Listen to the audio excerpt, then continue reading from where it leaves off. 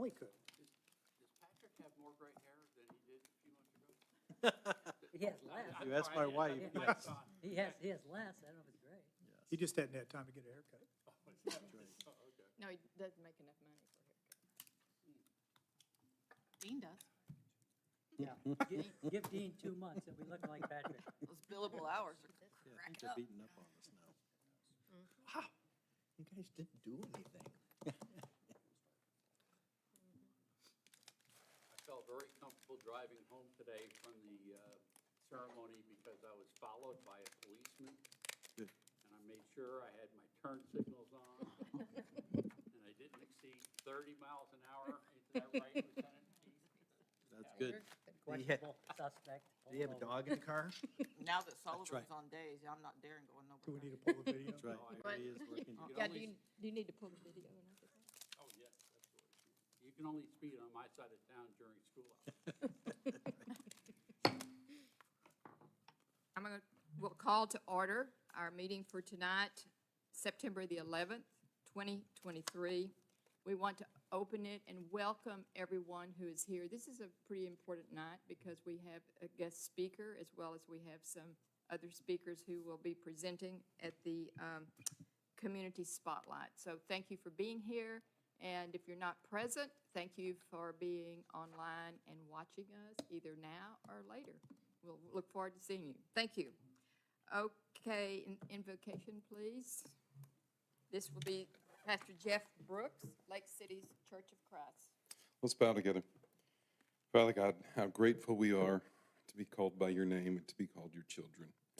Lord, we pray that you would give wisdom and insight to this august body of public servants, to the women and men who make very real decisions about the lives of our citizens here in Trophy Club. Lord, our hearts are heavy today as we remember the impact of 22 years ago on this day. Lord, we will never forget this day, but we also will not forget the day after. And Lord, we pray that we would remember as much the unity, the camaraderie we had on the days following the attacks, as we remember the loss of life from those attacks. And so, Lord, help us to never forget the great cost of our freedom. And to this country and to its citizens, we pray the Lord bless you and keep you. The Lord make his face to shine upon you and be gracious to you. The Lord turn his face towards you and give you peace. In the name of Jesus. Amen. Please join me as we honor our nation. I pledge allegiance to the flag of the United States of America and to the republic for which it stands, one nation under God, indivisible, with liberty and justice for all. Honor the Texas flag. I pledge allegiance to thee, Texas, one state under God, one and indivisible. Thank you. You may be seated. Tammy, are there public comments? No, ma'am. Thank you. We will go straight to the Community Spotlight, and we have Chief Wise. Would you like to present your guest? Yes, ma'am. Good evening, Madam Mayor, Council. So tonight, we have invited our community partners from the Denton County Office of Emergency Management. This is Mr. Mark Bolin and Miss Sydney Casey. She's from the Texas Department of Emergency Management. Those are separate entities, but Sydney is housed within that office as a county liaison officer, and so it's proving to be very effective. So they're here to speak on their role in the community and how they specifically would support us in a time of disaster. In addition, September is National Preparedness Month, so they're going to probably share just a few tips with us today on safety. Okay, Mark? If you hit N for next, you should go right through your slides, okay? Okay, we'll see how it works. Good evening, Madam Mayor, Council. Thank you all very much for inviting Ms. Casey and myself to talk about our respective programs. My name is Mark Bolin. I am the Assistant Coordinator of Emergency Management for Denton County. I've been in the job for a year, which means I've been an emergency manager for a year.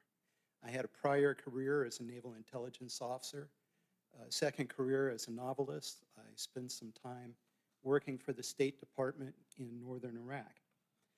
When I took the job, Judge Eads told me that it was his goal for Denton County to be the most prepared county in the state of Texas.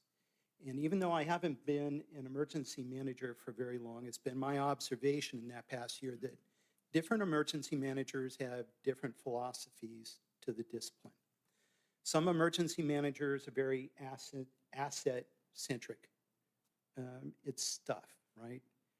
Drones, vehicles, and all of that. And don't get me wrong, Denton County has a lot of assets. We have a lot of stuff. We've got a great mobile command center known as Goliath. We've got the light towers, the radio towers. We've got access to drones. We've got pallets of water and food and cots and blankets. And we can do all of those things. But really what our philosophy is based on is people. So what I wanted to do is talk to you a little bit about the talent that we have and what we would bring to an emergency to Trophy Club. So just like emergency management falls on your shoulders, it falls on Judge Eads. But he also delegates the day-to-day operation. The gentleman in the center there is Eric Hutmacher. He is the Director of Emergency Management, and he is an emergency management savant. And the lady to his right is Samantha Pickett, and she is also an emergency management savant. And it's left to me to kind of balance out that idiot savant equation. So moving through the people really quickly.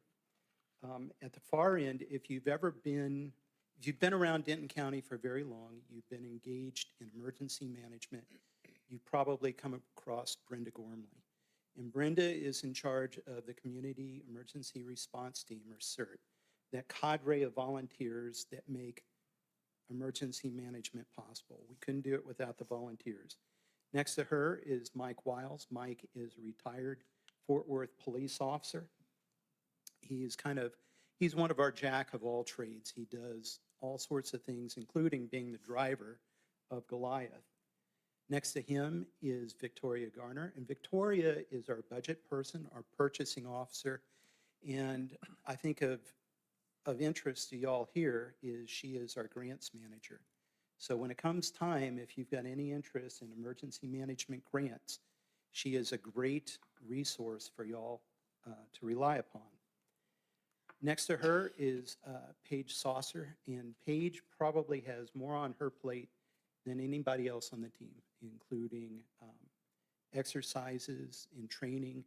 Exercises, we've got a lot of tabletop exercises coming up in the next year, including winter weather, extreme summer weather, extreme heat, and thank God we're done with that, right? We're going to be doing critical infrastructure, civil defense, a lot of things that are open to you all if you want to participate in. On the other side of the management team is Lauren Romero. She's the newest member of the team, and she has picked up the portfolio for critical infrastructure and key resources. And it's not just mapping critical infrastructure in Denton County, but understanding the relationship of all the different infrastructures, a very diverse infrastructure with one another. And then moving to her right is Benjamin Jackson, our other jack of all trades. He has the portfolio for operations, and he is the guy who not only more or less kind of runs the Emergency Operations Center, he's actually the guy that built it. Built our interim EOC until our permanent EOC is built. This being the anniversary, the 22nd anniversary of 9/11, I was curious what emergency management did on that terrible day. So like all scholars, I went to ChatGPT. I asked ChatGPT, what did it do? And it gave me a very long and thoughtful answer that I kind of boiled down to all of these different categories. And then just looking at them, the one thing that seemed kind of counterintuitive to me was medical response. And What it meant, though, was not that emergency management was doing triage, wasn't treating patients, but it was preparing, opening up roadways for emergency vehicles to pass through. And I've got, if you'll humor me with a little story here. I had a friend at the Pentagon who was wounded on 9/11 and ended up being on the first ambulance to leave the Pentagon. And on the ride to the hospital, they were in 3 wrecks, which gives you an idea of the chaos that DC was in. So that's the nature of any emergency, isn't it? It's chaos. And emergency managers kind of restore order to chaos. So I wanted to take and contrast what Denton County Emergency Management does to the emergency management that was done in New York and Washington, D.C. And they are essentially the same functions. Activation of EOCs, we activated our EOC 17 times in the past year.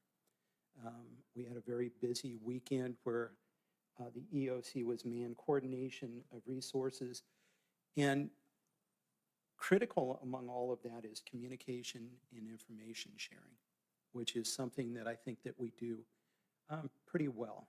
And it's not information up above us to the judge and to Jody, but it's out to the public through social media.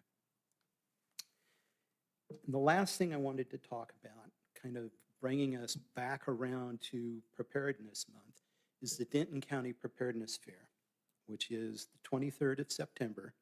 It's at the courthouse, the new courthouse, the administrative courthouse, not the old one, where it's going to be open to the public. We're going to have fire trucks, police cars, helicopters, all sorts of things for people to take a look at, for the kids to check out.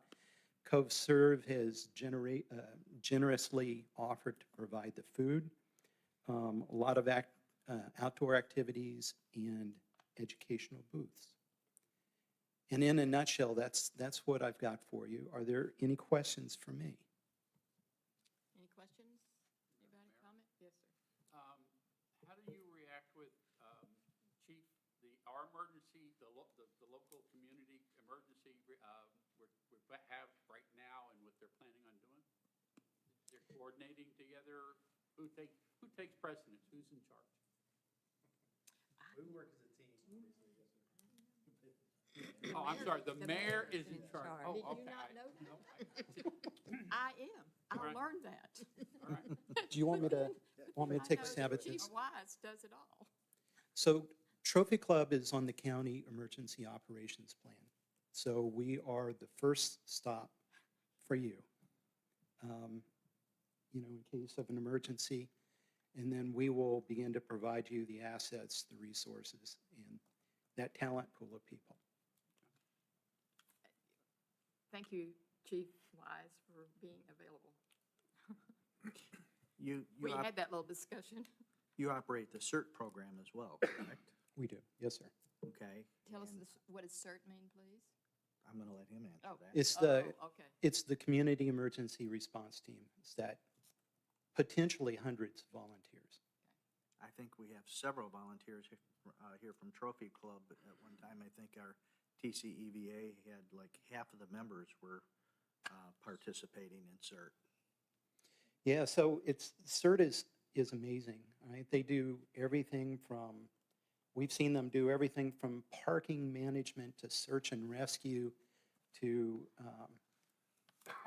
sheltering, managing shelters. They'll do pretty much anything that we ask. Other comments, questions? Stacy, anything? Steve?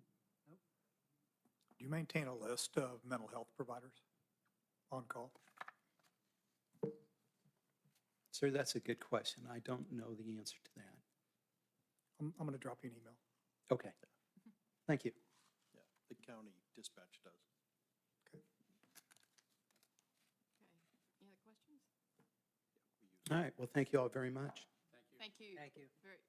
And those who are listening online, I hope that you were able to look at this and know that we are well taken care of by Chief Wise, who will see to it that we manage the emergency.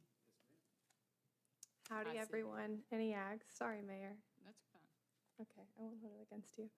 My name is Sydney Casey. Thank you so much for having me here tonight, and thank you so much to Chief Wise for always being such a great partner. I am here representing the Texas Division of Emergency Management, and if I'm in your shoes, I'm probably thinking, what is that state agency? What does that one do? And it is our responsibility to coordinate the state's response to disasters, but we also play a critical role in all phases of emergency management, that being emergency responding to disasters, recovering from disasters, preparing for disasters, and mitigating the impacts of future and ongoing disasters. But we always like to say that emergency management and emergencies start and end at the local level. To your question about kind of what the team aspect of emergency management looks like, well, it is truly a team sport. We all serve alongside each other, and there is no clear delineation of when one person's responsibility begins and ends, when the responsibility is public safety. Having said that, as a state, we do have kind of a 100-yard view of emergency management, right? Because we're looking at resources and disasters going on across our 254 counties, and what is strengthening our capability to respond and what might be depleting our next response, that kind of thing. And the state's intention with my position as a county liaison officer for Denton County is to shorten that view from 100 feet to, say, maybe 10 feet.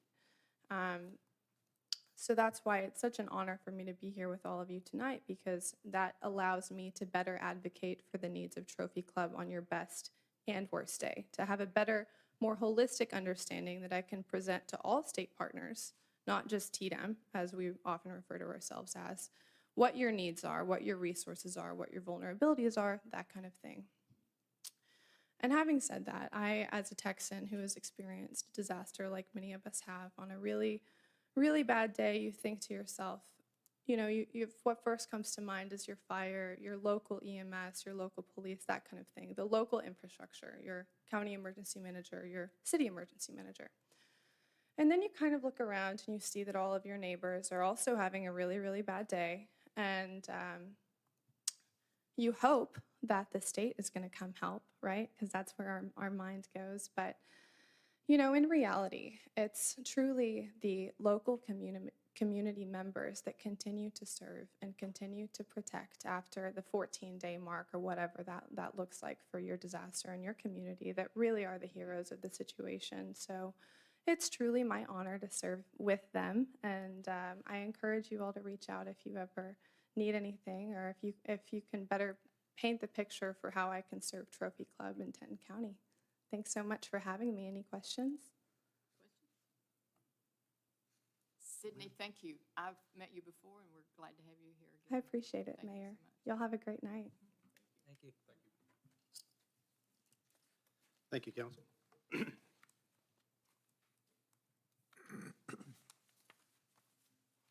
So we have Kathy Whitworth Championship Golf Tournament. Do you want to do an update on that, or you making an update?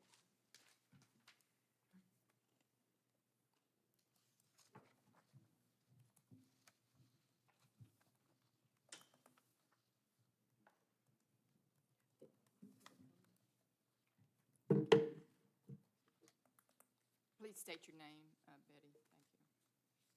Thank you. Hello, everybody. My name is Betty Odell, and hello, Mayor, Council, and attendees.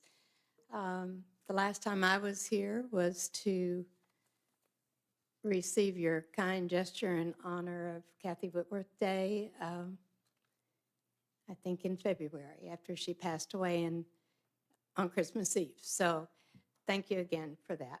I think I remember saying that day that, of course, Trophy Club, town of Trophy Club was home to Kathy, and home to Kathy and me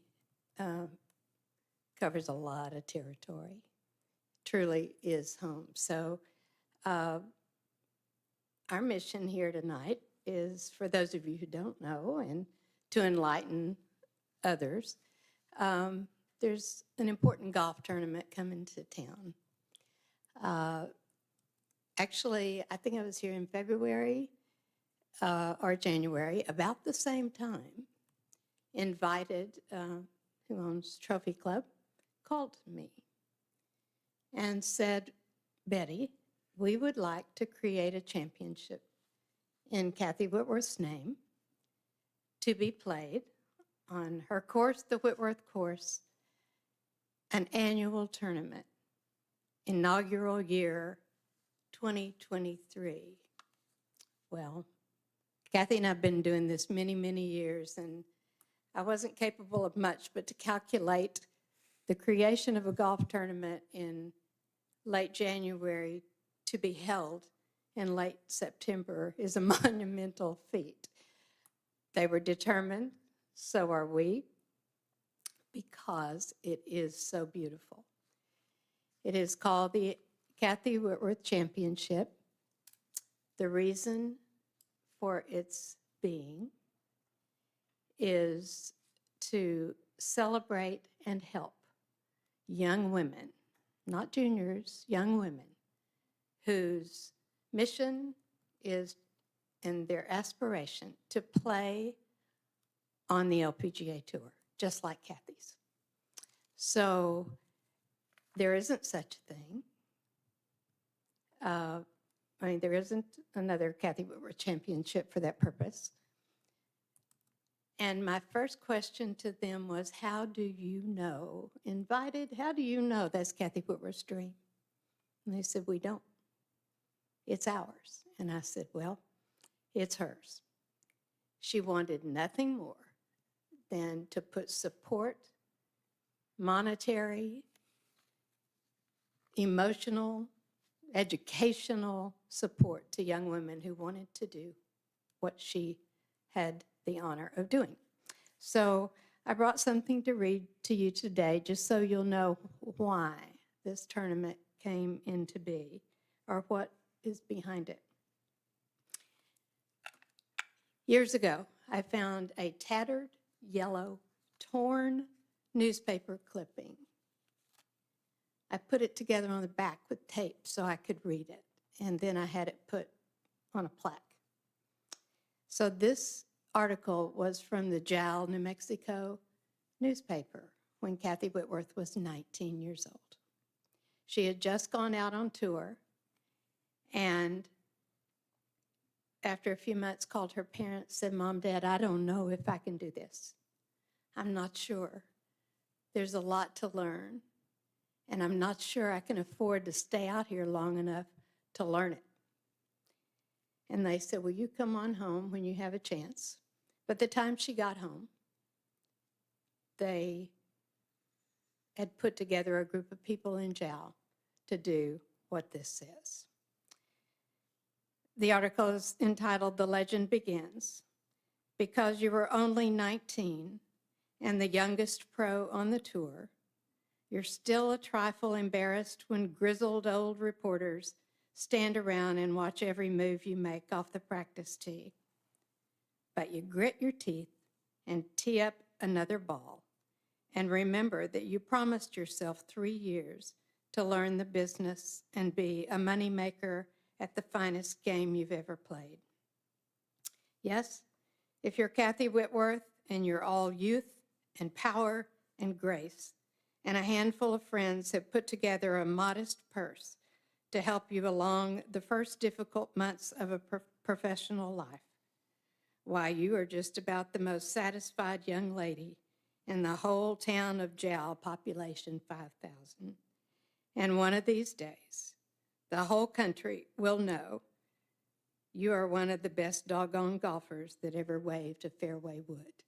Well, the Kathy Whitworth Championship that you are supporting, the people of Trophy Club are supporting, so many people are supporting, is just that. Its mission is to fund and help fund and keep these young women out there to play. So Kathy Wright is going to tell you a little more specifics about it. But just for fun, there's a lot of, in this tournament, there's a lot of mention about 88. 88 is the number of tournament wins Kathy Whitworth has. It's the most wins on any professional tour, man or woman, PGA or LPGA. So one of our goals here is called the 88 Roundtable. That is to mimic the round table in Kathy's parents' kitchen, where business people and community people gathered around to put together a modest purse to help her stay out there for 3 years. She did. I guess she learned it. The rest is history. This is beat up, worn, and tattered. It is the putter that Kathy Whitworth used in each one of her 88 wins. It has just traveled the country from here to the USGA Museum in New Jersey. The USGA Museum put it in an exhibit in July, took it to Pebble Beach, and this putter was lying in state at the Women's US Open. So it's a full circle. We have a chance to support a tournament full force to create another story like this one. Thank you. Thank you, Betty. Kathy, do you have something you also want to say? Kathy? Yes. Okay. Yes.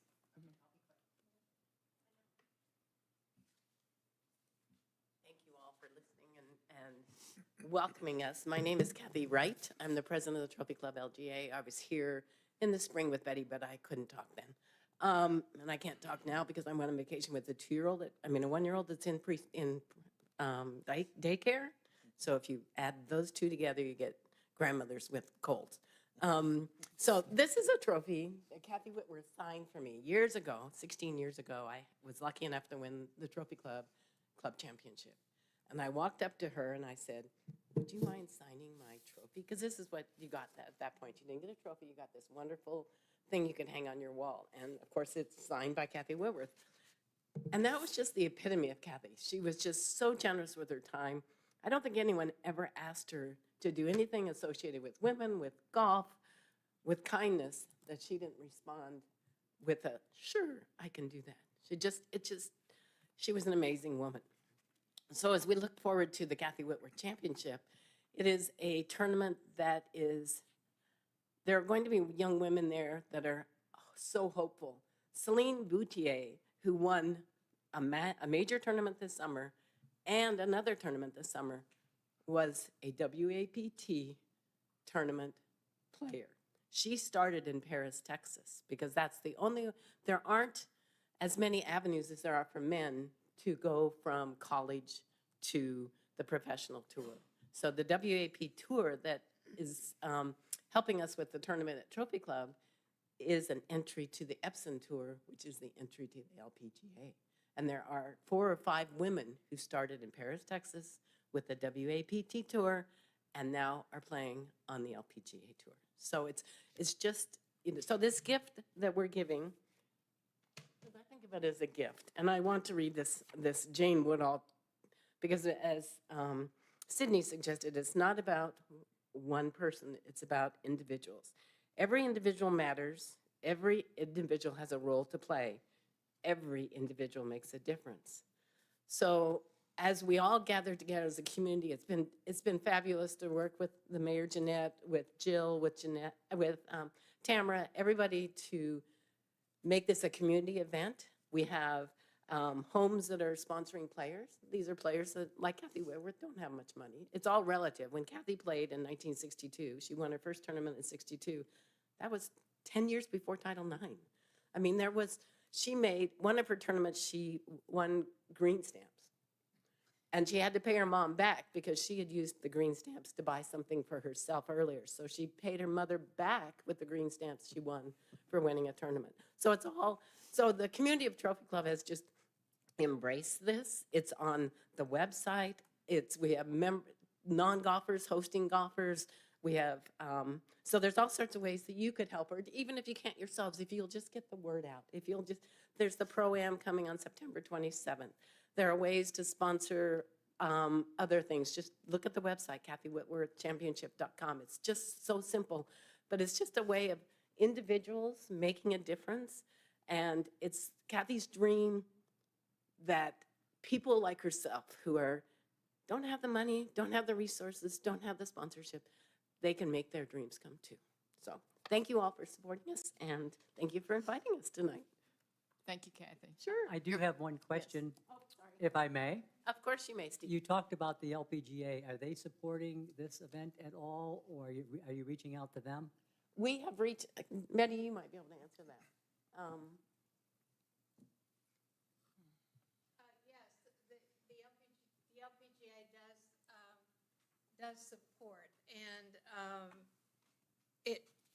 it comes through all levels in the golf industry.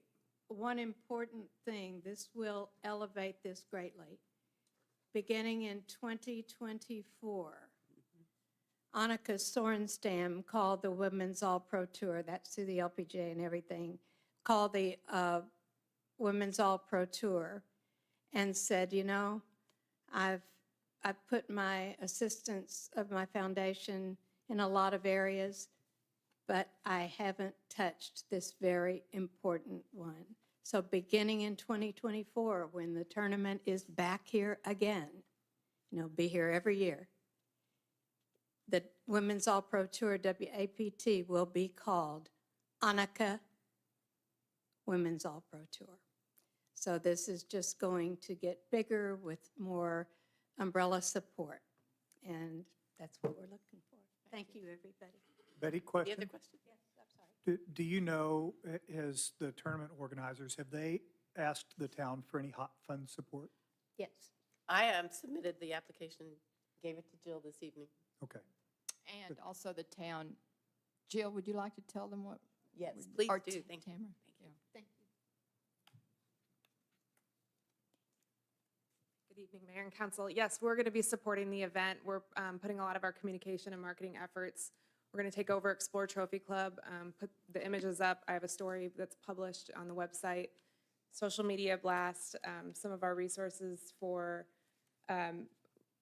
going after the overnight visitors. We're doing some target ads and some keyword buys with them specific to people who would be attending this event.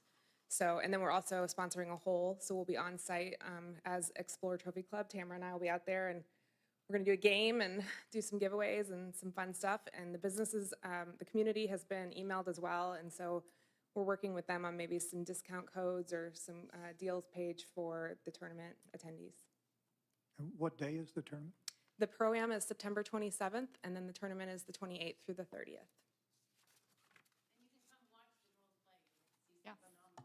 Yeah. Thank you very much, and this is like a first opportunity that we're looking to, the town is looking to reach out and partner with other events such as this as we move on to the community, and I know. Okay, thank you, ladies, very much.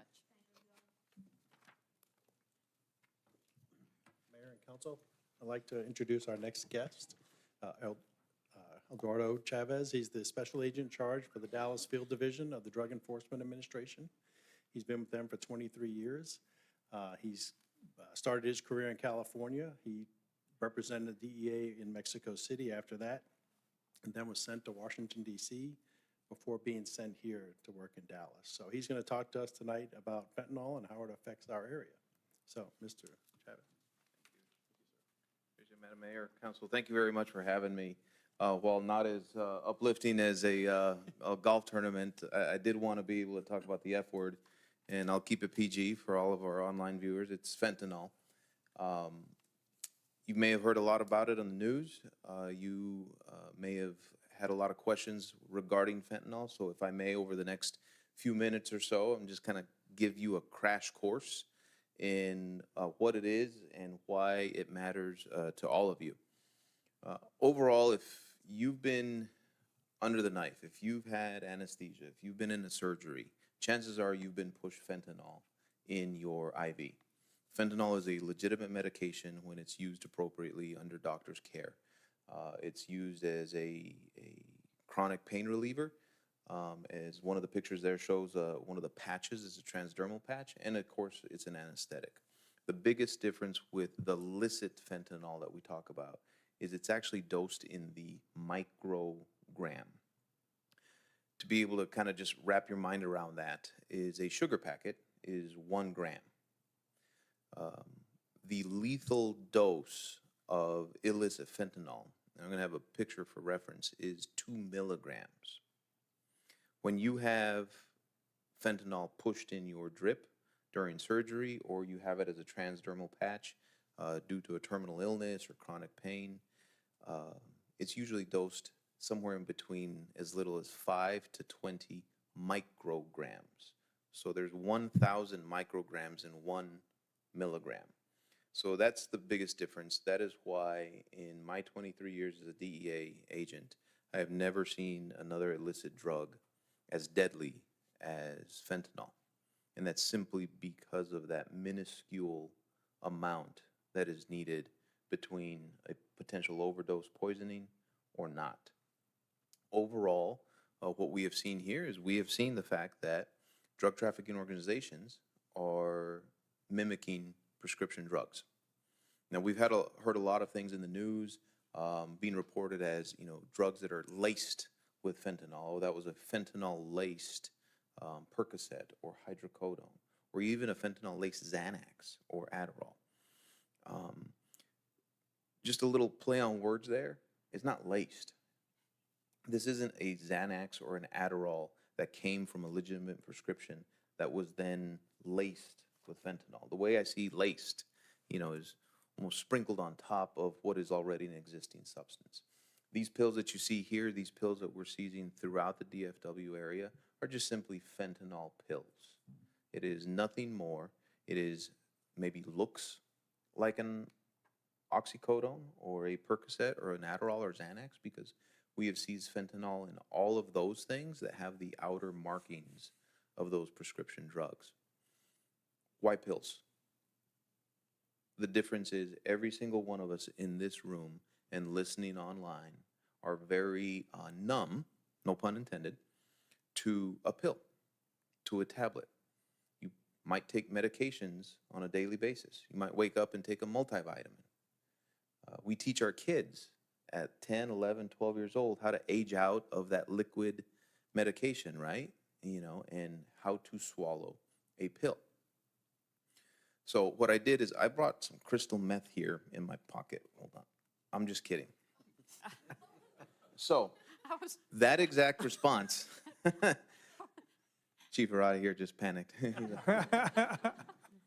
That exact response is the response I get, and all of you should get, and your children and your loved ones get, when you hear of drugs like methamphetamine or heroin or cocaine. But conversely, if I were to take a handful of pills out of my pocket, we wouldn't get that same response. The danger of me laying a handful of pills on the counter does not trigger that fight or flight, that I can't believe you just brought this out sort of response. So in a evil way, it is an ingenious way to deliver an illicit drug, because the pills itself are very disarming. What you are missing from these pills is simply the quality control. These pills are made in clandestine labs here in the DFW area, just as much as in Mexico, to where manufacturers, I treat it akin to making a batch of chocolate chip cookies. Unless you are very OCD, in that batch of chocolate chip cookies, every chip or every chocolate chip cookie is going to have a different amount of chips. And you're going to have that runt, chip with the batter. It's either full of chocolate chips or has hardly any. That is the same way they're making these pills. So unfortunately, we've heard stories from loved ones that talk about the fact that their child or their loved one just took half. Well, unfortunately, there is not that redundancy like pharmaceutical manufacturers have, that are painstakingly testing and retesting and evaluating to make sure that first pill off the assembly line is identical to the millionth pill. Nor are these clandestine labs testing to make sure that that fentanyl, just those 2 milligrams, is equally diffused in the pill. Because if you have medications that you just need to take half, you have a confidence that if you split it in half, you are taking exactly half of that dosage unit. Unfortunately, that is not the case with these illicit drugs. This is a very short video, but I think it's very poignant to be able to show because, again, where we're concerned here is the stereotype of illicit drugs, the stereotype of a methamphetamine glass pipe, being found in a bedroom or in somebody's pocket, or a loaded syringe of heroin is not the same with fentanyl pills. We are finding them throughout the DFW area. We are finding them throughout more affluent suburbs. This is not an inner city problem. This is not a rural problem. This is unfortunately a very equal opportunity killer amongst diverse populations across the country. This particular video here, again, if you'll humor me for just a moment, there's no sound on it, but this was 2 high schoolers that drove up behind the high school to take a couple fentanyl pills. Just imagine that it was the high school that is down the street. This was in Texas. This was in Hayes ISD, which is right outside of Austin. And this is the response.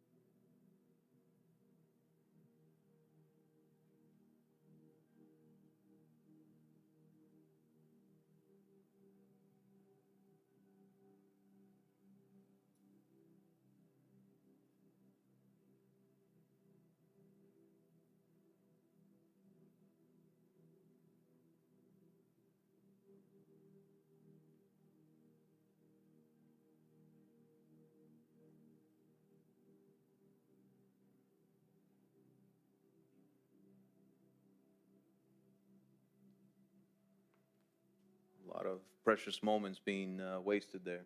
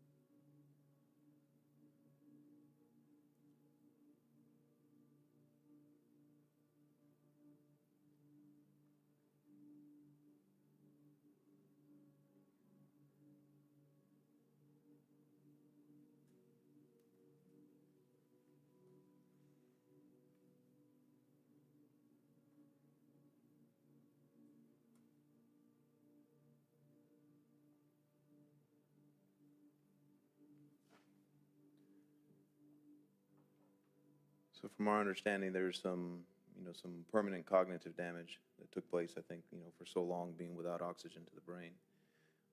You know, I guess this could be considered a success story because he's alive, but there are 108,000 lives that were lost last year that did not have the same. Overall, it comes back to just that awareness of one pill can truly kill. We have seen a variety, the DEA has been really involved in the community in a lot more ways than we've ever have historically when it's come to this. And I've almost seen a couple two divides in the loved ones that we speak to. And that's the ones that are in complete and utter shock that their child or their loved one, their sister, their spouse, passed from a fentanyl overdose or poisoning because I had no idea. My kid doesn't do those things. I had no clue that this was even a thing. And then we have others that unfortunately, are living through what is unfortunately a stigma that we need to sort of release. And that is a stigma of somebody who's suffering with a substance abuse disorder and the ability to talk about it. And where they said, my child struggled. I knew he or she was taking illicit drugs. I knew, in the back of their heads, they potentially knew that that day could come. One more.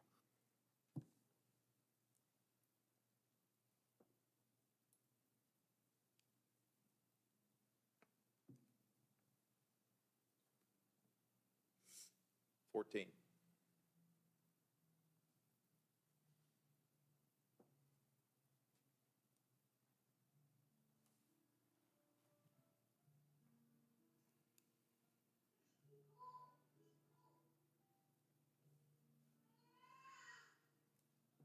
We ended up finding out that he took a pill that he thought was an oxy, and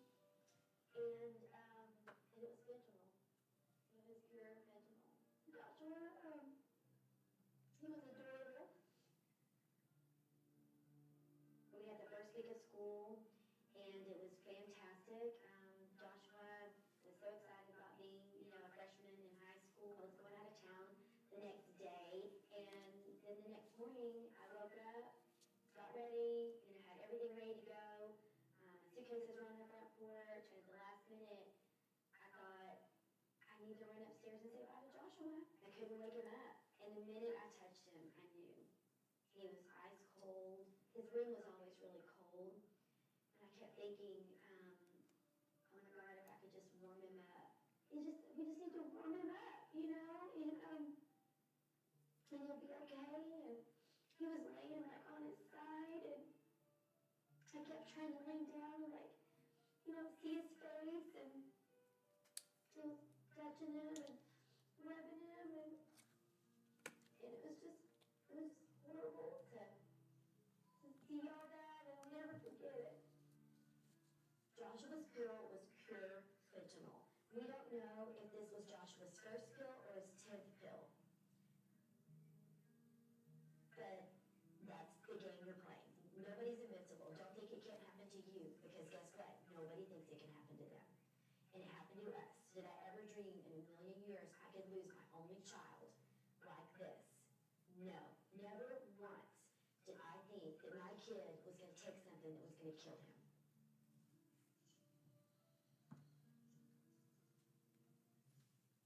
Growing up, we did a great job with our sons, or in particular our daughters.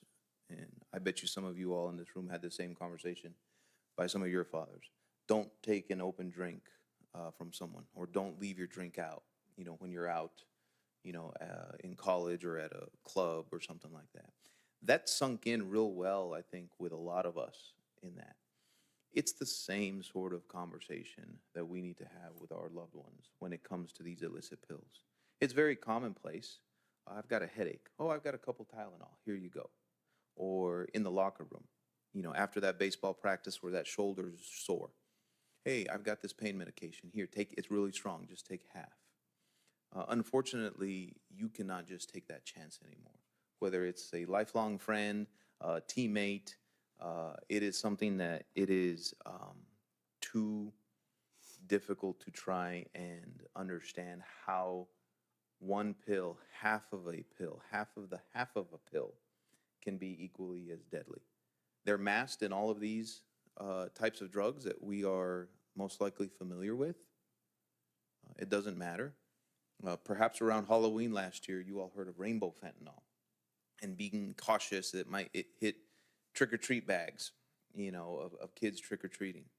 What rainbow fentanyl told me was that traffickers didn't need to try and hide the idea that it wasn't a legitimate drug anymore because they didn't care. Many of the investigations that we're conducting right now and interviewing many of these folks, they're basically saying, I know it's not a Percocet. I know it's not a Xanax. I want a fentanyl pill. So if it looks like one of these, I'm going to ask them, wait, this isn't really a Xanax, is it? It's fentanyl, right? Because that's what they're seeking. And that's a very dangerous thing when you look at it. As I mentioned, it's pennies on the dollar. That is why traffickers have found that niche market. It's not as threatening as a shard of crystal methamphetamine. You can buy it for as little as $10 retail. We're buying them in our investigations in bulk quantities, so the wholesale type of business applications apply. And we bought them for as little as 80 cents a pill. The profit margins are seven-figure profit margins. These pictures here were taken in Dallas, not very far from this area. So again, this is not everybody else's problem. This is not a inner city problem. This is not a gang-infested neighborhood problem. This is an everybody problem. As I mentioned there, the tablet creation, much like that baking that chocolate chip cookie, right? You mix it, some pills are going to have very little, some pills are going to have way more than that amount. There's your 2 milligrams right there.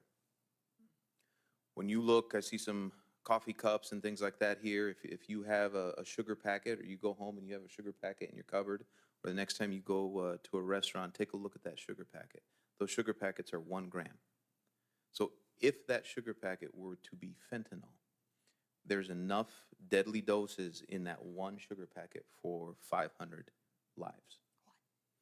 So that, again, is why we need to be able to go back and have those conversations with our loved ones.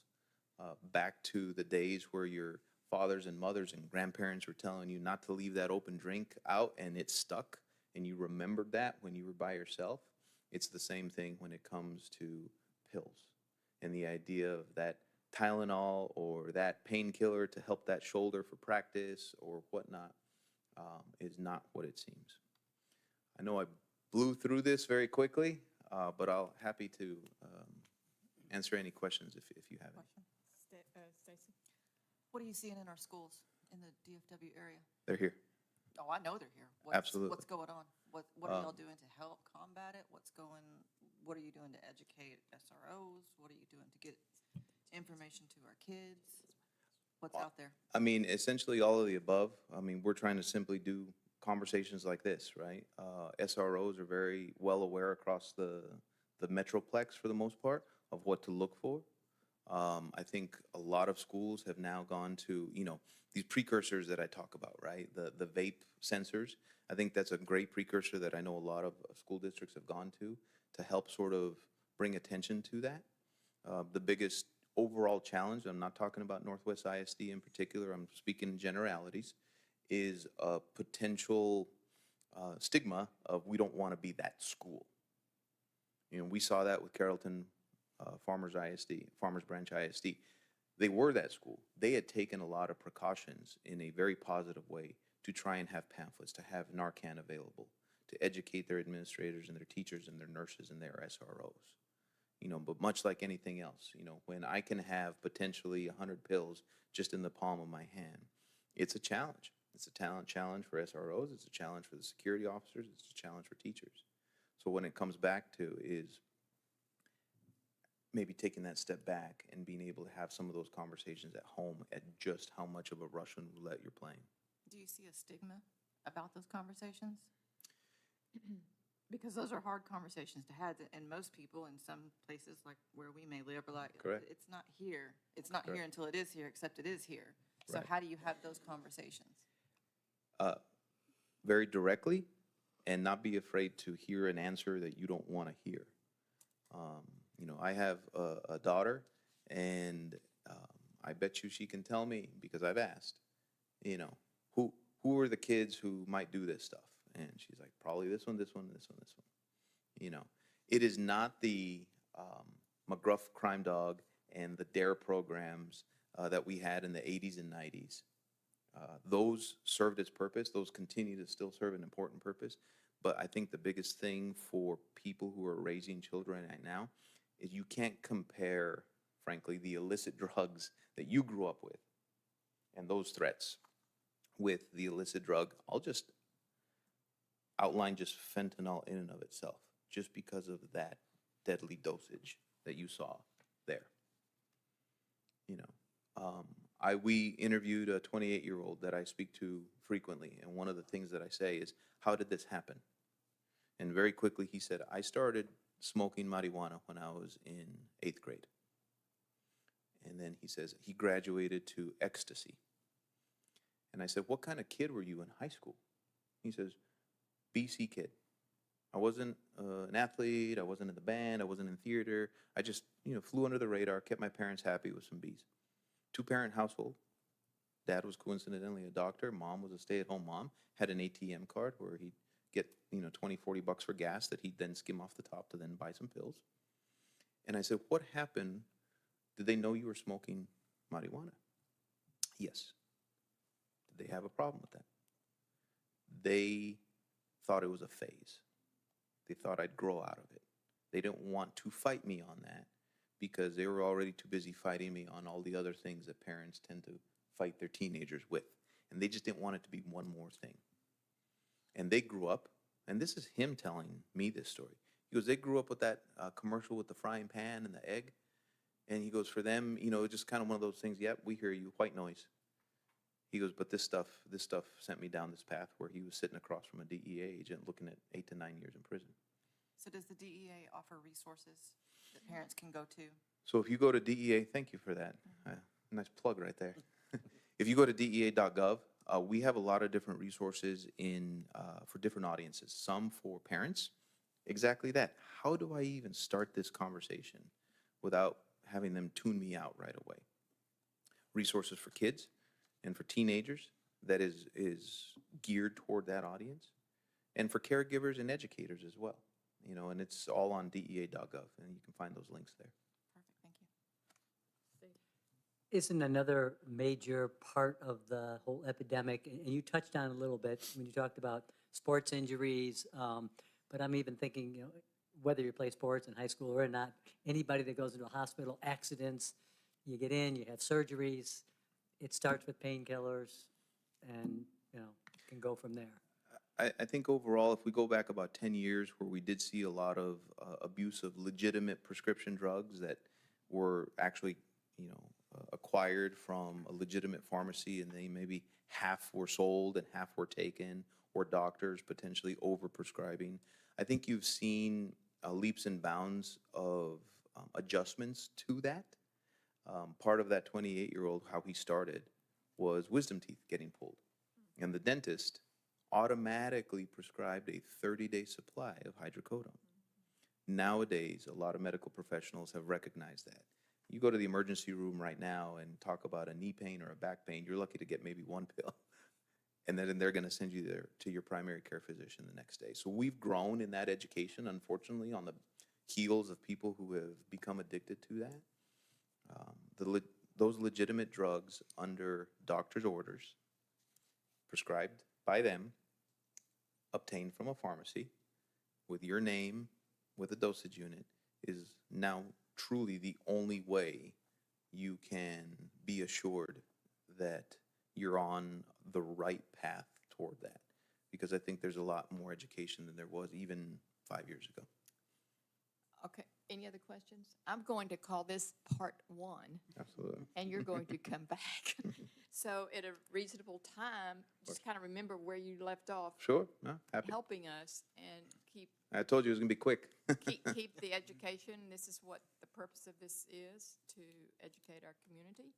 And we appreciate you being here Thank you. and look forward to seeing you again. Thank you for your time. very much. Do you have a group or representatives that can come talk to like Rotary clubs and things like that? Absolutely. Myself and my executive team, I think we've now hit 175 this calendar year. Okay. So we're through Chief Arata, we can get you in touch with our public affairs specialist who helps organize those things.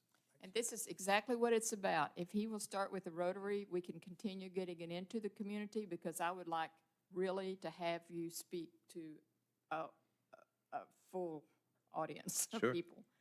Not to discount those who are watching, but it's a great opportunity because we need education and help. Thank Well, you so much. Thank you for your time this evening. Thank you. We're going to Working for You, and I'd like to request that we not do the update for the town council members or this quick civic tip. However, our town manager might have a quick update for us, please. Mayor and Council, thank you. Yes, just a reminder, this Friday, we have Taste of Trophy Club, this Friday night, in our Trophy Club Independence Park. We have homecoming coming up on 9/20. That's a Wednesday. So we have the homecoming parade for Byron Nelson. So that's going to be a big deal. We're going to post about that and make sure everybody knows about that. And then thank you again for the 9/11 ceremony this morning. Appreciate that. So thank you. It was excellent. Thank you so much. Let's go to the consent agenda, and will you read those for us, please, Tammy? Consider and take, this is on, I'm sorry. Item 5, consider and take appropriate action to approve the August 28th, 2023 Town Council regular meeting minutes. Item 6, consider and take appropriate action to approve the August 31st, 2023 special meeting minutes. Item 7, consider and take appropriate action approving a resolution adopting an employee compensation policy. Item 8, consider and take appropriate action amending the compensation plan with an effective date of October 8th, 2023. Number 9, consider and take appropriate action regarding improvements to the Bobcat Boulevard and the high school exit entrance crosswalk to add pavement striping, marking, and a second set of flashing lights, and any other improvements required in an amount not to exceed $18,000. Thank you. Mayor, Yes, sir. I would like to remove agenda item number 7, which is the compensation policy, and agenda item number 8, the compensation pay, out of consent and put it into the individual items to be discussed after item number 11, the budget. Thank you. Is there a motion? Is there a motion to accept the consent agenda as amended by Sheridan? I move to accept consent agenda items, less the 2 items that Dennis has asked to be removed. Okay. Second. Stacy, second. Thank you. All right, we will. You gotta vote on it. Oh, I'm sorry. Yes, we need a All vote, those Mayor. in favor, please raise your hand. Thank you, Carl. And those opposed? Thank you. Motion passes. Let's go to individual items. Tammy, I'm sorry. Thank you. okay. Tammy and Terry, thank you. Individual item 10, discuss, consider, and take appropriate action approving a resolution accepting an annual service and assessment plan for authorized services, emergency services for the Trophy Club Public Improvement District Number 1, the Highlands at Trophy Club, and the proposed assessment roll, setting a date for a public hearing, authorizing the publication of notice, and directing the mailing of notices as required by law. Mr. Mayor, we're going to plan on putting this public hearing on the next council meeting and having the assessment and everything approved at that time. And we do have a representative from the PID here if you have any questions. Are there any questions before you do a motion? Will our representative appear at the public hearing as well? Not Yeah. planning. Okay. Is his Do you have a manager question? gonna show up? I think, yeah, his manager may show up. So we're going to be working with him on that. Okay. Then we can cover it then. So is there a motion to set the date for a public hearing, September the 25th? Also move. Second. Thank you, Dennis. First. Second. All those in favor, please raise your hand. Those opposed? Motion passes. Thank you. Item 11, proposed budget for fiscal year October 1, 2023 to September 30th, 2024. First will be to conduct a public hearing regarding the proposed fiscal year 2023-24 budget pursuant to Section 9.05 of the Town Charter and Local Government Code 102.006, followed by item B, consider and take appropriate action regarding an ordinance adopting and approving the budget for the fiscal year beginning October 1, 2023 and ending September 30th, 2024. The public hearing is open at 7:05. Are there speakers from the public? Mayor, we don't have any speakers signed up, nor have we received any phone calls or emails in reference to this hearing. So we will close the public hearing at 7:05. Yep, April? Good evening, Mayor and Council. I've got a slide. Oh, here we go. Okay, a lot of this we have spoken about in prior meetings. This is just going to be another quick overview of what we've talked about throughout this process. So in the Finance Subcommittee meetings, we talked about the property tax assessments and the property tax rate.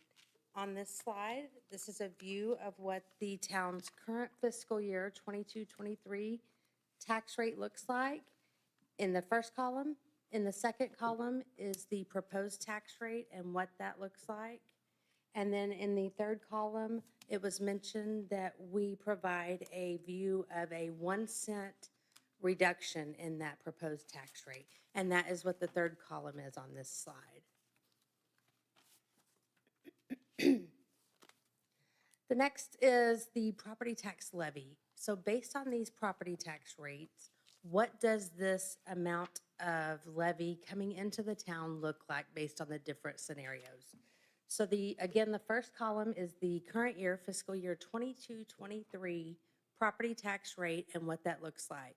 In the middle column is the proposed tax rate and what that tax levy looks like if we were to adopt that tax rate. And then in that third column, it does show that 1 cent reduction and the decrease in that property tax levy based on that scenario. Can I ask one quick question? Absolutely. Would you go back one slide? Of course I will. Both the total numbers under 23-24 with the proposed and the 1 cent are, unless my eyes are deceiving me, they're the exact same number? They're deceiving you. Okay. It's 992 and 922. good. They're Thank very you. close. Yeah. I looked at it too quick. We have gone through that internally, so Thanks. thank you for asking. And then the next slide was just another recap of the major changes in the services and supplies with this fiscal year 23-24 budget, what that looks like. So the town manager's office, the contingency line, we did increase that to $125,000 for this next budget cycle. Also, the town secretary's office was grouped with the town manager's office. They were one department. We have separated those out into two different departments in this budget process. The IT budget, we have increased that to $150,000 with the onboarding of NetGenius. Not sure what they're going to find once they go through all of our equipment and what the needs might be for the town. We wanted to increase that for them to take care of any needs they saw that we needed to address. The EDC for, yes, sir? I'm sorry, can you go back one slide? We skipped personnel. We're Okay. coming back to Okay, that, and that's I'm what gonna pass it that's off what to I'm getting Denise. at. Okay, Yes, thank sir, you. you're good. Thank you. And then continuing on, the EDC 4B budget that was talked about early on in this process and doing a business type of grant for some of our tenured businesses and do some facade grants or something to that effect for those businesses. And then the capital equipment replacement, we increased that with a measure to draw down on fund balance and do some one-time expenditures that are approved by council based on projects that they think are needed in the town. All of those would come back to council before anything was done with them, and they would be approved by the board before that happens. April, I'm sorry, can I ask a question about that? Of course you can. And this is an April chief question. We were sent that spreadsheet, Excel spreadsheet of, I don't know, 20 different items. Yes, sir. Yeah, there's a bunch, right? Starting is, yes, sir. 24, going to 27, 28? Yes, sir. Is that what you're talking about here? And as, we're going to have further discussion, obviously. about all of Absolutely. this. Okay. That's And on- it will change, it's subject to change. That's on page 55, 56 of your budget. Yes, sir. And then the final things we wanted to touch on one more time was just the major changes in personnel. And so I'm going to bring up Denise DePrato, and she's going to talk you through those. Good evening, Mayor and Council. So to recap, we are proposing a 4% salary market adjustment for all employees. In addition, up to a 2% performance merit for any employee who has met performance standards. We have modified our medical plan. Now, all the medical plans will be 100% funded for the employee only, and then have an 80-20 split for all of the tiers that include dependents. In addition, the dental and vision being paid now 100%, all tiers, even the dependent tiers, 100% funded by the town. And then on our position changes, we are increasing to go to 81 FTE. We're adding a police sergeant and a human resource support position. In addition, and I think this was added since the last time we were here, we have included $75,000 for short-term temporary staffing needs throughout the town. So with that, April and I are here to answer any questions you may have. Real quick on the medical, just so we're clear. We were able to do, and this is a plug for both of them, we're able to do the medical plan and the dental and vision all within or below the budget that we had last year for that service. So they worked with our vendors and our companies, and we're able to get our employees' medical and insurance at a lower cost, and then able to do a better service for them with below the budget. So thank you for that. Questions? Anybody have comments, questions? All right. I guess I have a Go comment on for it. everything. Here we Thank you for your explanations, and appreciate your work. And the council subcommittee has been working with staff and appreciates it. On that, in the budget, page 49, the capital equipment replacement fund, the town manager capital replacement budget for the year. I appreciate the staff working with me over whether or not I like the wording or not, or placement, but the idea is, in this budget is the ability to do some projects for the town that the town has been asking for, whether it be the parks, whether it be pickleball, whether it be covering the police, whichever. But each of these projects, whether it may be in the budget, there's still a bureaucracy to go through. There's still, each project has to be vetted, each project has to go through a process, and there's no guarantee they will work. It's just that the staff and this council, the subcommittee and the people I've talked to, support the ability to have it there to do, and we want to thank you. So that's that part there. But in here on page 55 and 56 is the 5-year CIP, Capital Improvement Plan. I have a problem because there's a lot of items on here that I totally disagree with, but at the same time, if we approve this budget and these 2 pages are here, we're approving them to be, but they still have to go through the vetting. They still have to go through the, so, Chief, you know where I'm going? No. No, But I just okay, wanna- I don't, I'm wanting to say, hey, take You're not the take only these pages out of here because we haven't approved them, and Right. Well, I just want to make sure we're clear. You're actually not approving them. They're recommendations in the budget for items that we can do in the future. They're not approved until we bring them back to you for approval. So, but they're ideas and suggestions that are being put in the budget for future years for projects that may be considered to be done. Because we have to present you with a plan. And this is what the budget is a plan. So, I'm sorry, continue what you were. no, okay. No, I hear you. The key was years. I understand. I don't know if anybody else on the council has an issue with this, but. Well, the only issue I have, and we talked about this, Chief, in April, is, as Dennis says, there's a lot here. You're not gonna fund all of these.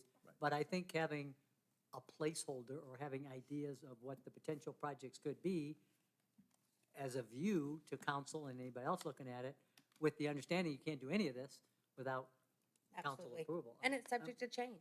It could change every year. Okay. Are you satisfied with? No, I'm not satisfied with it, Well, but at the do you same want- time, that's me, and I'll go with it.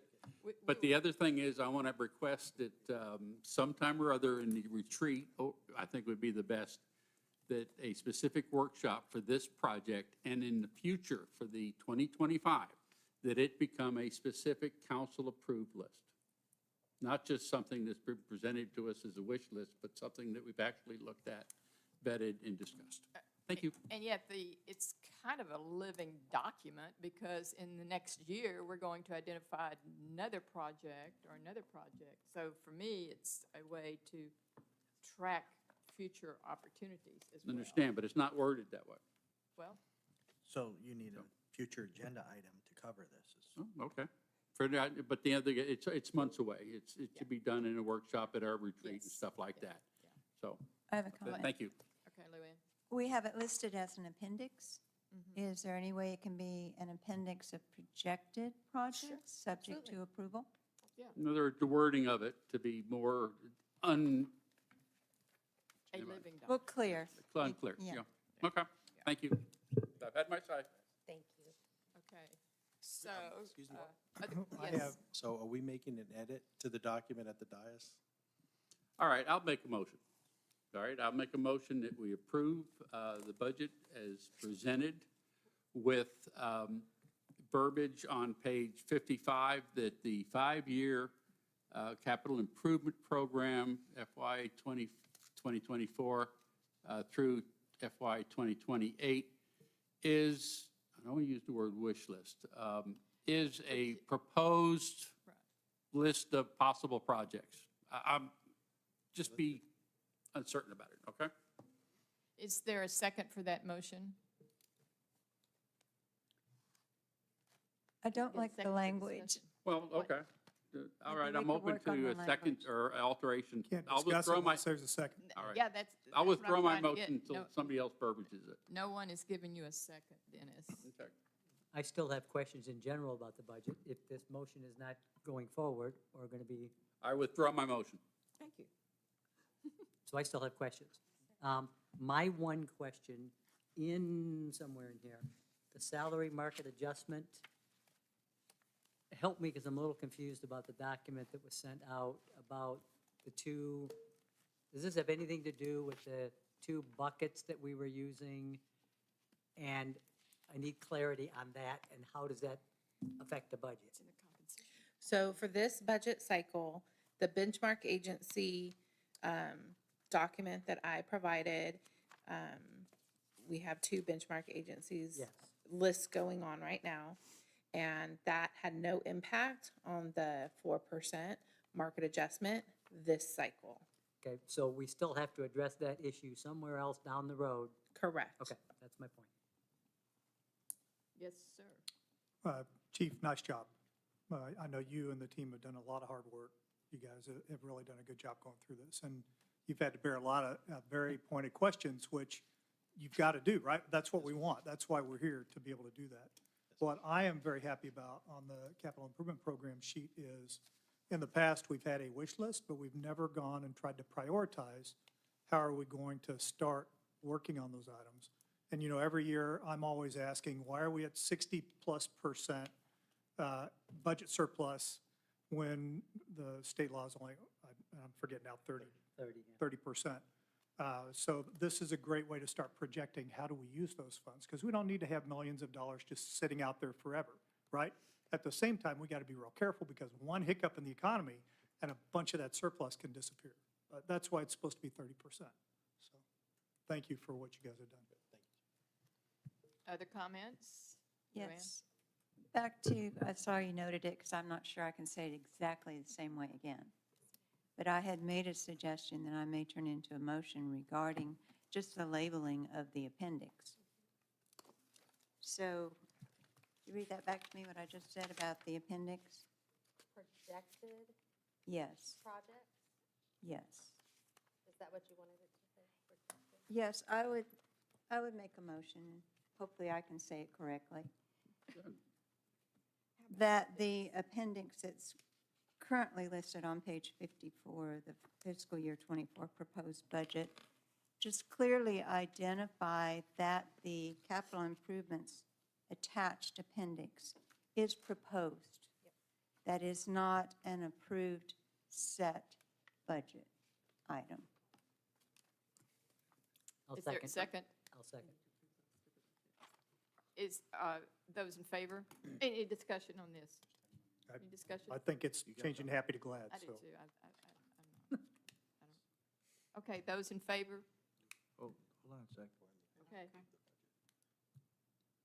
I thought Dean was gonna, are you gonna weigh in here? Are you? Yes. Go for it, Dean.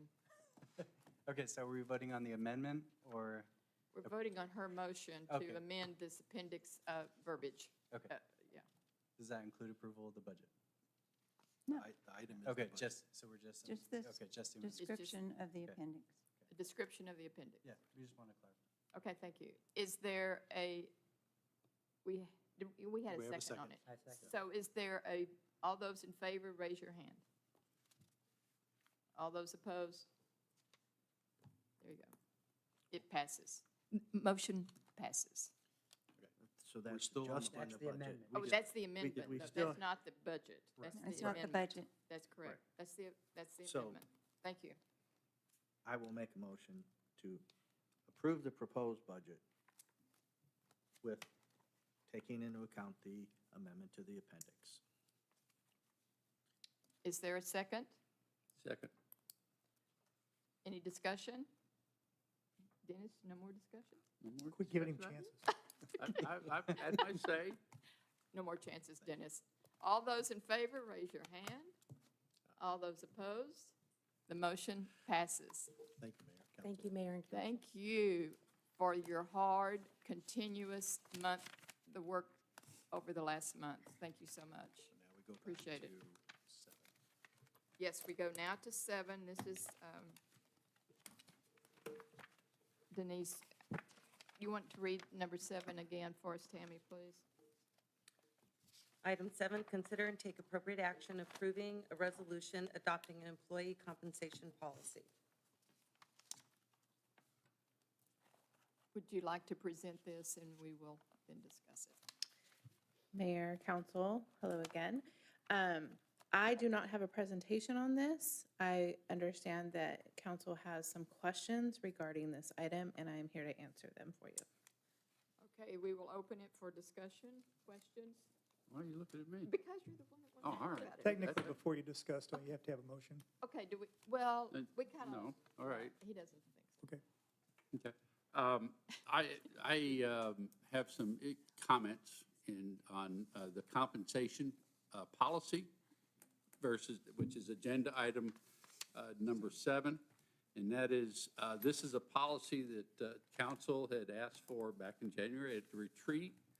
And I really appreciate the way it was done and put together. But I do have some comments on it and request revision of it.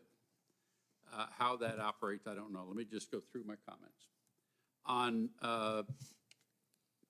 page 102, 2.11, 2.1.1, this talks about being no later than the first meeting in September. And I wish to put it that this is something that needs to be approved after the budget's approved, not just in the meeting, but it should follow the budget. On 2.1.3, and the benchmarks, I think the benchmarks have been shown to council. They've been talked about, but never, quote, really seriously discussed and approved. So I would like to add that council needs to approve the benchmark agencies. And I'm in that 2.1.3. On the next page, 2.15.1, where it says the town manager, town secretary, and town attorney have the authority to set staff salaries within the pay range and approve budget. So I'm adding the words approve budget in there. And on 2.3, that's policy, talks about the finance subcommittee providing regular updates. I'd like to delete that totally. Those are my comments. Well, now, may I comment? Why would you want to delete the subcommittee providing the town council? I think the regular updates? subcommittee has a responsibility to update, but I don't think it needs to be documented in a particular policy. I think the term was shall, Okay. right? It says Yeah. shall. Yeah, right. Okay, shall. Okay, so if you took the word shall and may or whatever, I could go along with that. May. Okay. And that covers the issue that I brought up, that Dennis covered as well, which is the two different we need to flesh that out, come up with one. And I have a question. Thank you, Yeah. Jeff. Go. Okay. Did you have another question? And the question is directed at Dennis. And you want to change the approval of this after the budget is adopted. But any changes in this policy that could be made afterwards could affect the budget amount. Well, now you're Required. into which one do you want to start first? And this was discussed. I discussed this with staff. In that, are you using this to pay people? If you are paying them, you can't commit to paying anybody until after you approve the budget. Or you're using this to plan the next budget, which in my mind means we need to discuss this in January, February. But that was me. Staff came in, this is what they want to do in September, and I'm fine with that, going along with staff. But I just want to see that the money's there first before you put a policy in place. I don't know if it makes sense to me. It's chicken or egg. Well, yeah. So, Or what you're saying is this comes as a result of the January meeting. Right, For which the budget. I realize you weren't there at No, that I know. time. But I'm just saying, then the compensation policy should be an outcome of that meeting. Well, it is, but going off of memory, at the meeting, it was discussed that every time a member of staff changes and every time the council changes, we reinvent the wheel on how do we pay our people?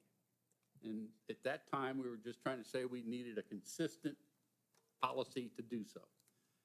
Now, staff has come up with a policy that they think is consistent. I just want to make sure that, one, it follows kind of a sequence.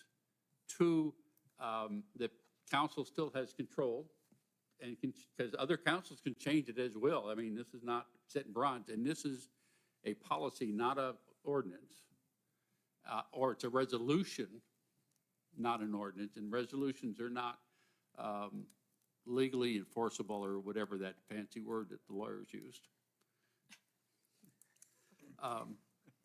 The versus an ordinance. So anyway, that's where we're coming from.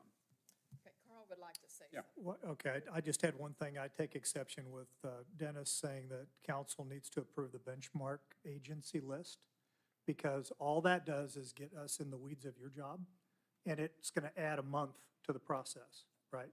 So I think if we can't trust you to identify those benchmark agencies with your professional background, then we should have somebody else doing that job. So I don't think we need to be doing that. My comment to that, Carl, is we have two lists right now. I'm all for them making the decision. I just don't want two lists. Today we have two. I agree with you They need to come up with a list, not two. That's the point. I'd like to jump in on that too. The benchmark agencies that we're looking at right now, the two, we rejected the first when we were considering the scale for the town manager and town secretary because there were unlike cities there whose budgets, whose staffing, whose size, whose population didn't come close. And for example, I know we have several of them, but for example, we are comparing our budgetary and staffing needs to Frisco, Texas. We're 4 square miles, they're 69. We have a population around 13.6. They have a population of 200,000. We have employees of, I think we're just going up to 81. Their employee number full-time is 1,500 with another 308 part-time. I'm not going to be in favor of using Frisco or South Lake or any of these other, I mean, their budget for 2024, their fiscal year, is forecast at $262 million. We have a budget that doesn't rise to 10% of that. So yes, until we can agree on the benchmark agency cities, I am in opposition of just leaving that to staff until we set a baseline of what we find is acceptable for comparables for our salary and staffing. And the response that I have to that is you got to know what the competition is. You have to know what they're paying next door, and you have to consider our compensation plan based on what they're doing, because we just lost a law enforcement officer to Roanoke because they paid more than us, and we invested a lot of money in that person.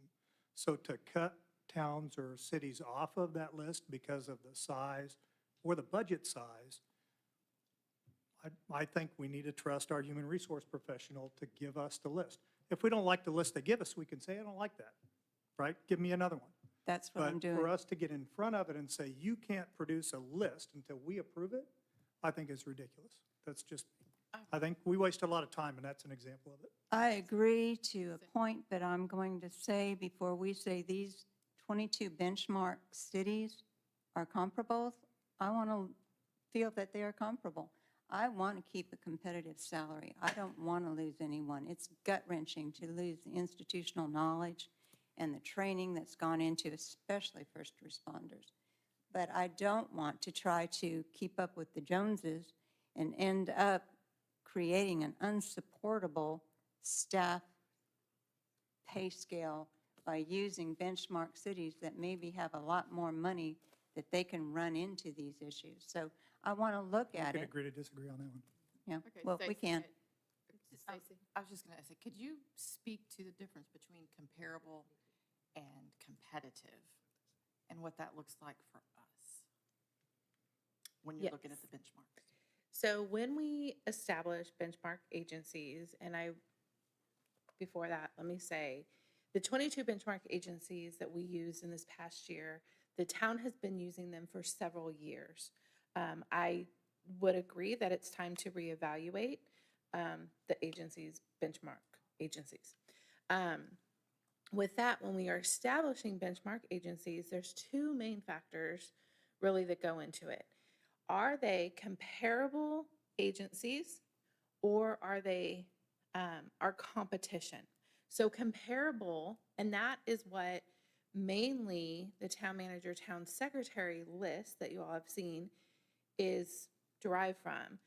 Based off of population, we're never going to find another trophy club in the DFW. It's not going to be a mirror image. And so that list was based off of population of the town or city that we were looking at.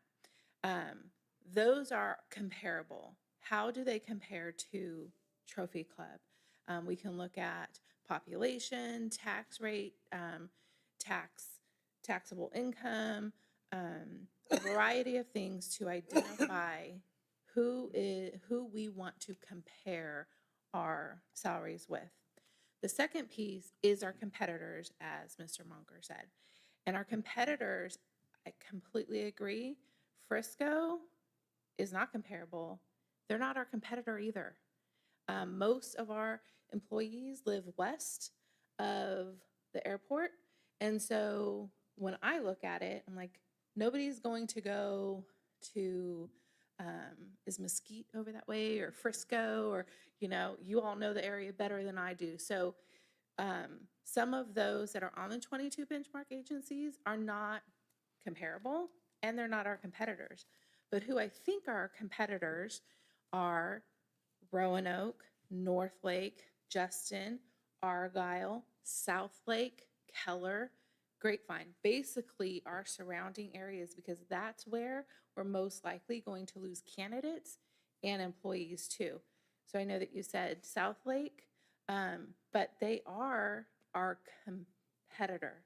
They're not our comparable agency, but they are a competitor of us. And so those are the two main factors that we want to evaluate when deciding who we're going to put on this list. In addition, having 22 benchmark agencies is a little excessive in my professional opinion, and I would like to see that come down to between 14 and 16.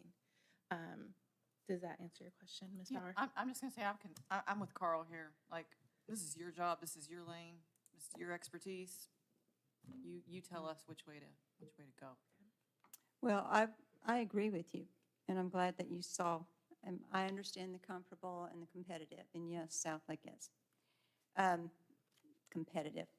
And I agree with you on using the western cast, or something that's within reasonable driving distance. Correct. But some of these that we have on here are just absolutely have nothing to do with competition or comparables. So is there some way that we can agree to let Denise look at that, whittle it down, and change the figures if necessary to get a little bit closer? Well, if this was worked out in a workshop to where, and I use the word approve, council approve, I really like to think that there was a nicer way to put that we could agree in a workshop with staff. Now, what does that mean? That means council approves it. But Doesn't need to be written. no. Changes, number one. I want to thank council for even having this discussion, because the purpose for this policy is to keep us from having a mid-year evaluation and trying to catch up to where everybody else is. So I want to thank you for this, tasking us with doing this and presenting this to you. So this is a challenge for us. It's the first time we're actually taking steps to keep the staff where they should be in our community. So thank you for that. We can continue to work on this if you'd like and bring it back to you at a workshop. It's the next item that we need to have approved, item 8, for the budget to keep moving forward. But we can keep working on the policy, and I agree. I think if we have an opportunity to relook at our benchmark cities and shake that down, because 22 is a lot. So we have to reach out to try to find 22 when it really doesn't serve us a benefit. So I think we should leave it to Denise to work on that. So if that's acceptable. Could you help me out here? I don't want to table it because that's not what we're asking to do. But Well, what I'm hearing is, it sounds like you're okay with the policy coming back for further consideration, but at least item number 8, number 8 we need to approve. So Or y'all need to consider for approval. So item number 7, we're just going to say to take appropriate action to. take no action. Take Well, no yeah, action. no action. Let us make the edits and Correct. work on the revisions and bring it back to you. Correct. So you'd rather just no action versus That's correct. table or anything? No action? Yes. Okay. Yeah, give us the Well, opportunity. we haven't had one, so Yes. Yeah, Let us- and I let us- appreciate that. No harm, And no foul. I think in my comment about the staff today was that I'm only 1 out of 7 voices, and there'll be 7 choices We have a here. motion on the floor right now, don't we? No, there's no There's motion. no motion. There's It was staff pulled. presentation. Yeah. Okay, so, So now, do we need a motion to take no action? Okay, we're It good. was pulled anyway. We're done. Let's go to the next item, please, number 8. Item 8, consider and take appropriate action amending the compensation pay plan with an effective date of October 8th, 2023. Who would? My question, Mayor, speak to that? Okay. thank you. again to Mr. Prado. This ties right into what we were just asking. Correct. This compensation pay plan, I have to say that 3 times real reflects the 22 benchmark agencies that I'm objecting to. How can we correlate our wishes to pare that down and still take action on this? Because these are numbers that you've derived from the data from the 22 benchmark agencies. Correct. So what we did was, at the end of 2022, in January of 2023, at the council retreat, we used the 22 benchmark agencies to establish the current pay plan. The one is active right now. In March, council approved that pay plan utilizing the 22 benchmark agencies. For this budget cycle, because we had just done that mini compensation study, what we looked at was what our surrounding agencies were proposing to their councils, and it was anywhere from 3% to 10% increases. And that's how we came up with that information and what we believe is sustainable within the town's budget, that 4%. So employees would be getting 4%, which has already been approved tonight in the budget, making the pay ranges match that. So the pay ranges move up 4% from where they're currently at. So we didn't reevaluate the 22 benchmark agencies currently because we had just done it and nothing has really changed until they take it to their council and get new pay plans, just like you all are doing, hopefully tonight. And I'm certainly not against the pay increases. I just wanted to make sure that we don't get ourselves tied into those specific benchmark agencies until we've had a chance for you to review it. Correct. So, okay, that answers my question. And what you're saying, this is not tied into those benchmarks? It is, and it's been tied in, the current pay plan is tied into those benchmark agencies because that is what was approved in March of 26. So if you approve this tonight with the 4% increase, the market adjustment, and then we establish a new benchmark agency list moving forward, that list will be used moving forward. Mayor, when you used the word March, you came to us in October, and all this was already established, so that's what you were using at the time to get us to where. So that gets us to this point here, and then in the future is what you're talking about. I just want to make sure that's clear. Correct. Those 22 benchmark agencies have been used by the town for several years. Okay. Any additional questions? And we are now going to approve. I make a motion to Thank you. approve amending the compensation pay plan with an effective date of October 8, 2023. Second. Those in discussion? Those in favor, raise your hand. Those opposed? Unanimous. Wow. Motion passes. Wow. Dennis, you did good. I didn't do it. Okay. Thank you, Denise. Good job. Thank you, council, mayor.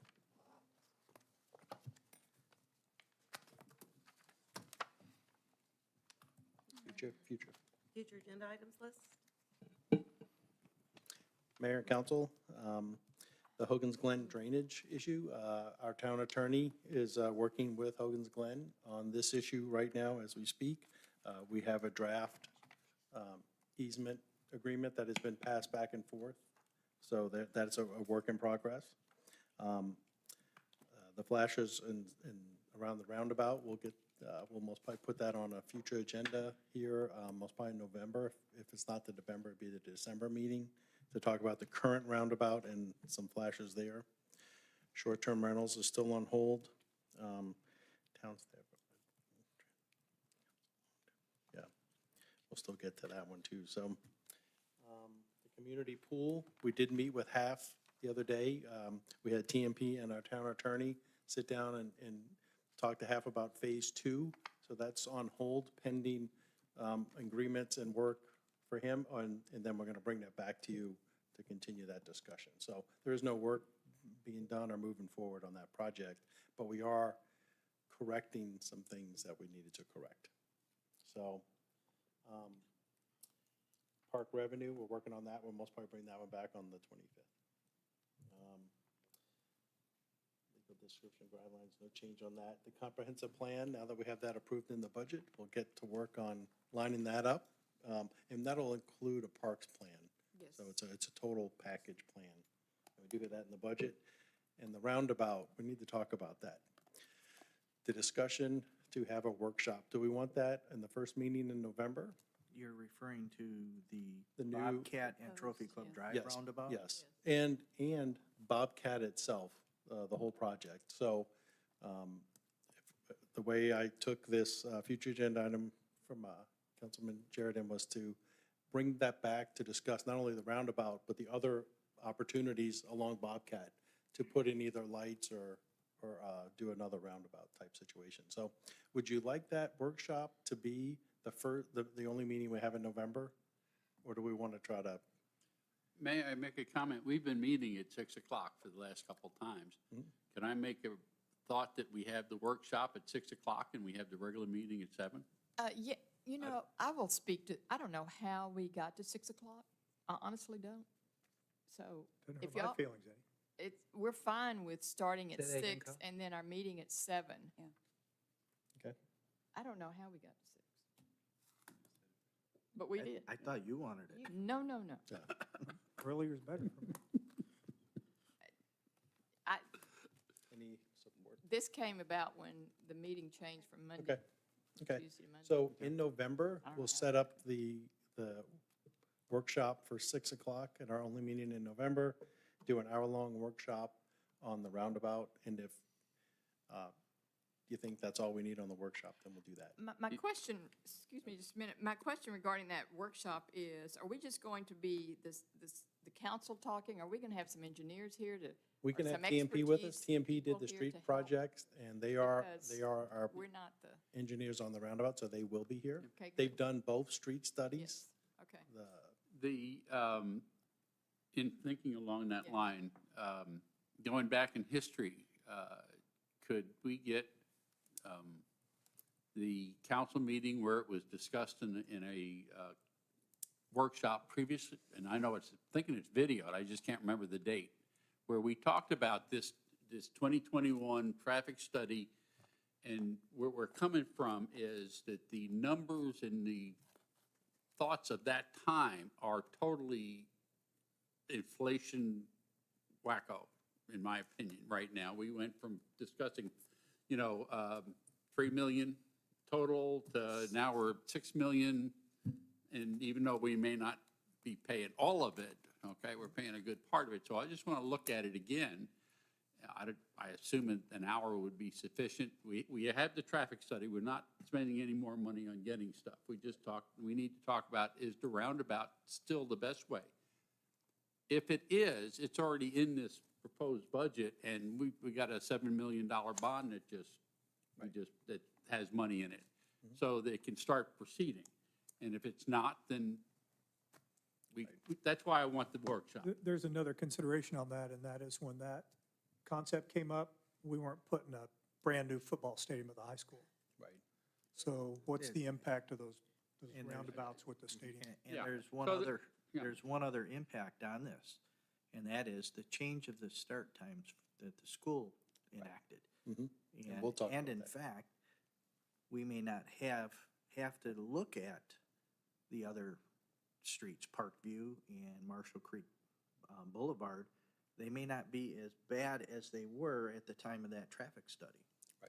Right. We've had a dramatic improvement in traffic flow with the 10 extra minutes. There's a 20-minute gap now between the start of the middle school and the start of the high school, and vice versa at the end of the day.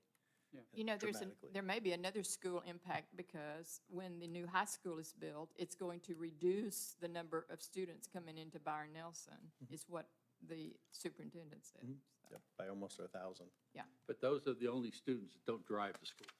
I know, well, either way. Good point. You're looking at less. All right, So thank there- you. That's Another- why I want, council, that's why I'm Jump in. asking for the workshop, so that we Yeah, discuss I it agree. again. I agree. My understanding is the same engineers that have done our traffic study are the ones that have been hired by Northwest ISD their design of this new stadium. Now, I don't know how far they've gotten into that. I know it's more on the back end of their bond Right. time.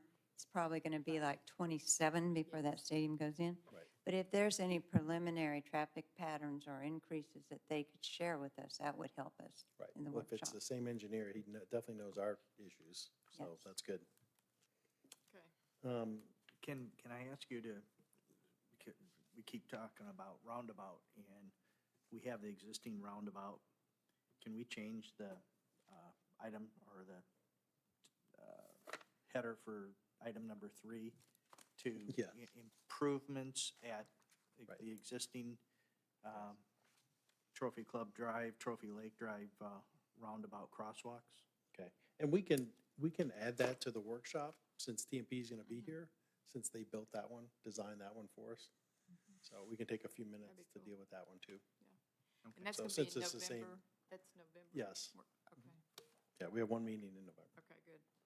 so. Yeah, Chief, you and I had a conversation. I'd like to add a future agenda item probably to the second week of October. We'll figure out exactly when, but this is a follow-up that came from, I believe it was Dennis.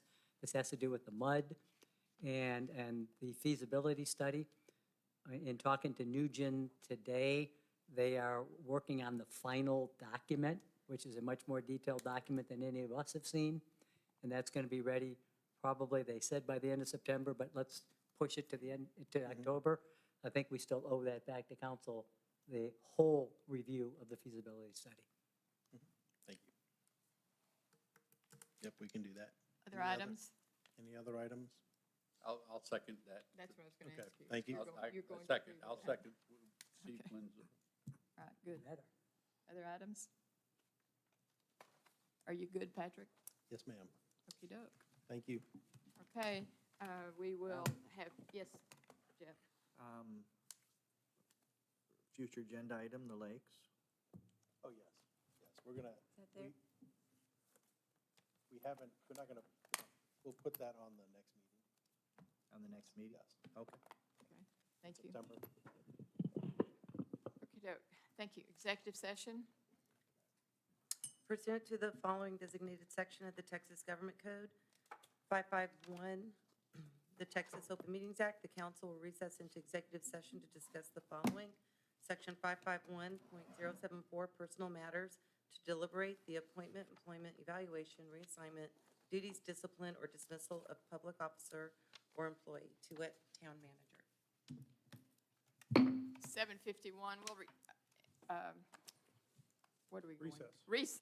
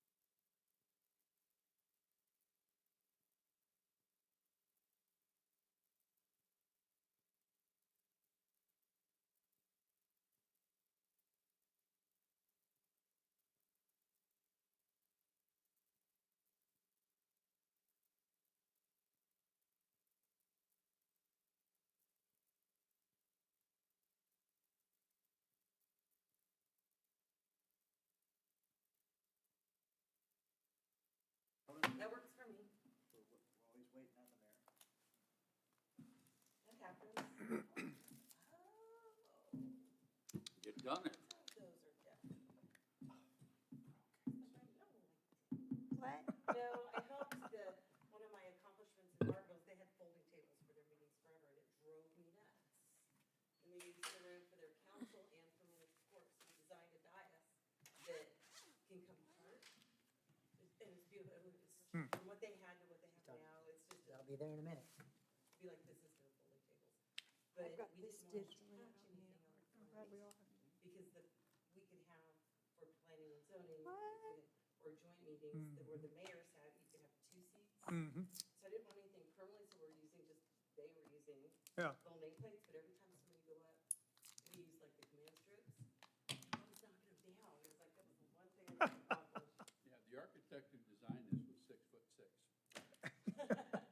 Well, I was in here the other day and I ducked down and looked underneath. It's not gonna be a